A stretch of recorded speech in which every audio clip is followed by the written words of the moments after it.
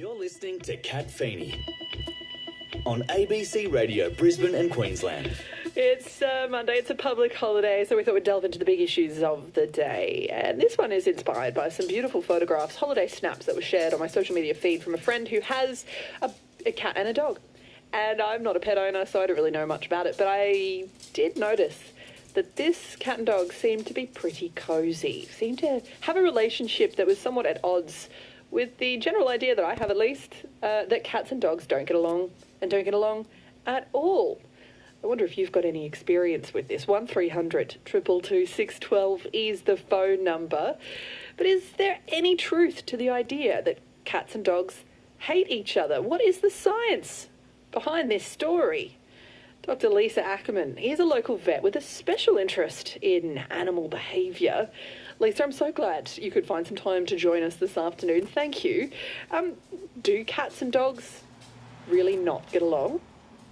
Oh, well, thanks very much, Kat, for having me on today. Look, cats and dogs, they're different species, of course, but we've got to remember that dogs have been genetically manipulated over the past 15,000 years at least to want to live in close confines with us and to prefer to be with us.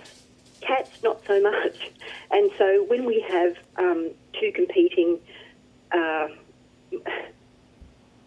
differences like that, then we are going to see some interesting behaviour in the household when we're trying to get cats and dogs to live harmoniously under the same roof with each other.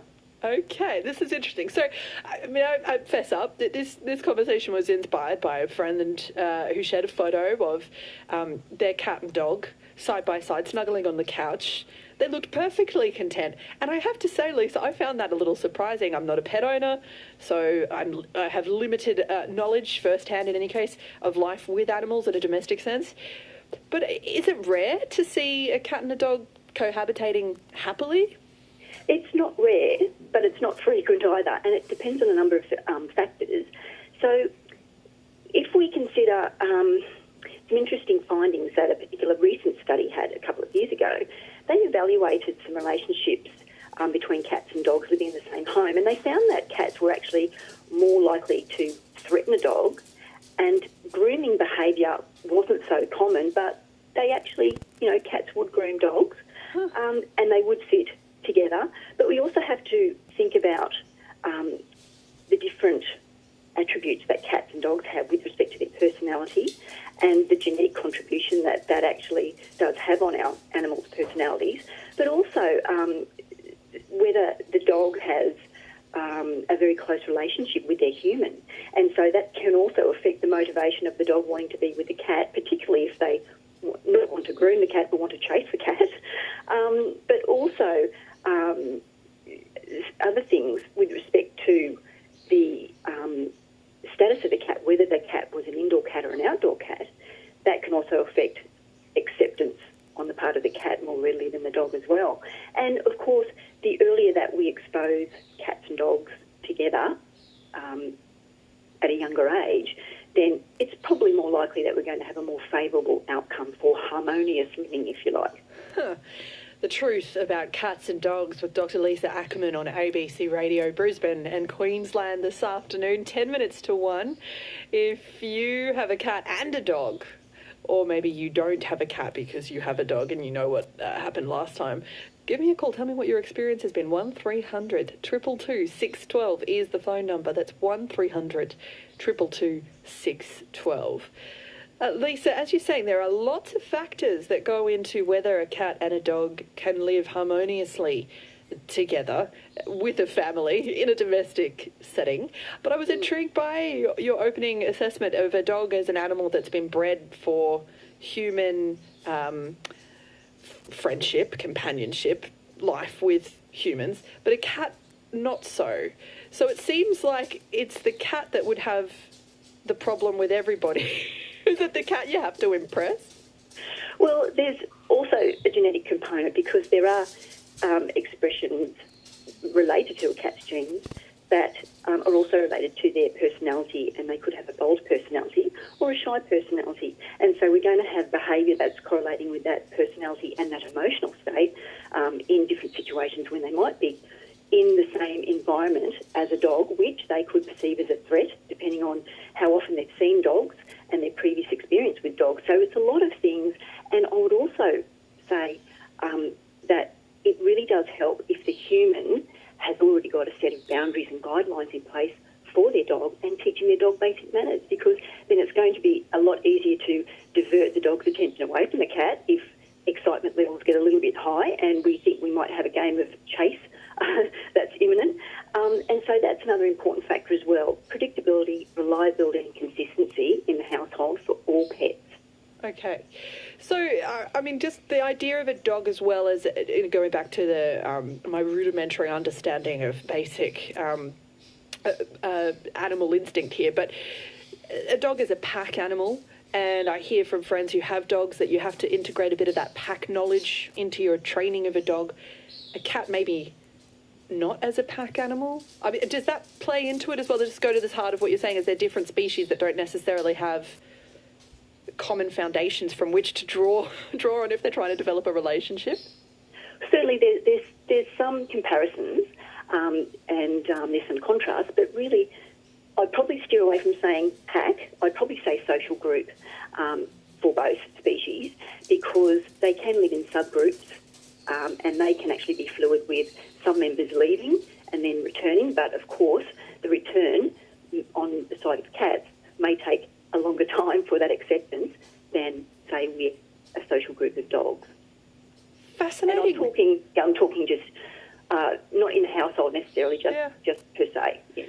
So what, okay, just say you have a cat and a dog at home and things are going kind of okay. What would that say about the pecking order that you've got at home? But I think I'd probably like to analyse what going okay actually means. Okay, the cat's alive and the dog's alive. Yeah, look, there's lots of subtle communication going on non-verbally.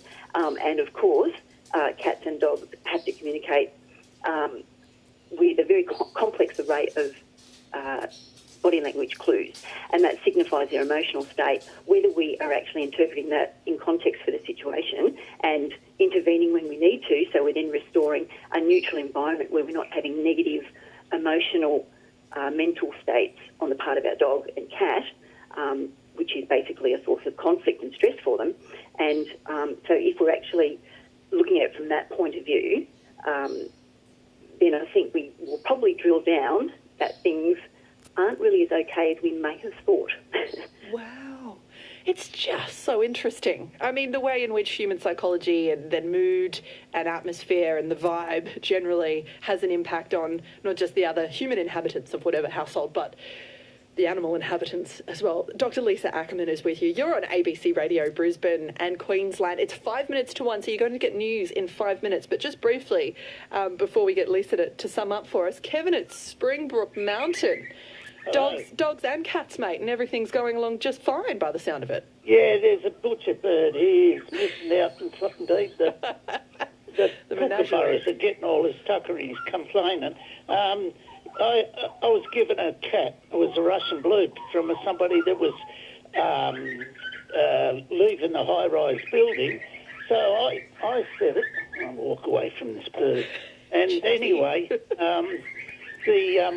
the cat had big sliding doors, glass ones, and the cat used to follow the two cattle dogs around the doors, from the inside. Anyway, one day it just got through one of the doors and went outside. They had a bit of a stand-up, a hiss and a miss. And then the cat thought it was a dog, and I had 10 acres, and the cat was following the dogs around. They even jumped in the dam.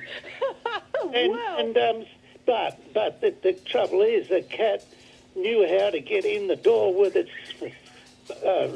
nails, yes. and brought a bandy in. Oh, lovely. Yeah. Present for you.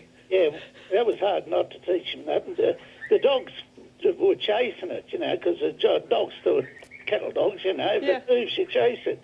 Yeah, and I had another one, and there was a friend staying, and she had a cat, and I had a blue cattle dog, and they looked at each other, and sniffed each other, and weren't too sure about each other, and they got on fine. Well, I just think you're running a bit of an arc there by the sound of it, Kevin. It sounds like peace, tranquility and all sorts of harmony at your place this afternoon. I'm so glad you called. Thank you. I'll let you get back to that butcher bird. Lisa, can I just bring you back in here, sort of in summation? Because the point that you made toward the end there about the psychology of the human, the mood of the human, and the standards set by the human can kind of filter down, right, throughout the household. Absolutely. We've got lots of humans that have maybe found themselves as new pet owners. There may be more pets at home. There may be less time spent with the human over the next few months. Broadly, in regards to a harmonious household with pets at home, what would be your message to anyone who might be starting to, resume life as normal? Absolutely. So what we need to do is be able to provide our companion animals with the things that they need to do every day that allow them to express the specific behaviours that each species needs to do instinctively, but also those behaviours that they prefer to do. And so a good way for cats is to provide things that can stimulate their olfactory sense. So we've got food puzzle toys where they're actually digging and, foraging food. Exactly the same with dogs. Scattering kibble on the grass is a great one.